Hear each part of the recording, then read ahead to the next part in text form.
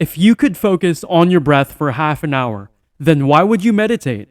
Meditation isn't for people who can focus. It's not for people who like sitting in one place for an hour. It's for people who don't. If you can't focus and you spend 10 minutes every day trying to focus, you will get better at focusing.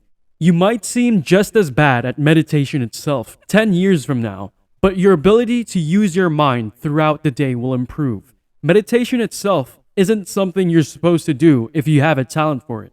It's something that's useful if you don't. It's not just finding quiet, it's finding bliss. And that is natural, that is for everybody. You see it in babies, you don't have to teach it to them. We somehow forget. It's a different experience every time, but I get glimpses of something that energizes me on such a deep level that I'm not sure exactly what I'd do without that form of prayer. It's a way to be in touch with who I really am. If you think, well, I don't feel good when I sit down to meditate, I feel bad, that's the point. You don't lift weights because it makes you feel strong to pick up something that will make you tired. You lift weights so that you can be strong. Meditation.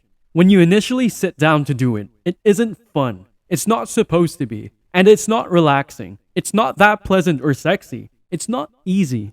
And if you try out meditation to see if you like it, you most likely won't stick with it. But if you try out meditation to see if you're more calm and functional after you've done it, you just might. I've been meditating for over a year now, and I often enjoy it, much like someone who goes to the gym and learns to love the workout. But I still have days where I sit down and I don't want to be there if I'm impatient and frustrated, but I go through the experience for 20 minutes. If I practice the skill, I can get enjoyment. And more importantly, I can get to a calmer mind on the other side of the process. You meditate? It helps me because it puts me in a conscious space. Because before I actually do it, I keep reminding myself, I ask myself, who am I? Who am I? Who am I? Creativity requires silence.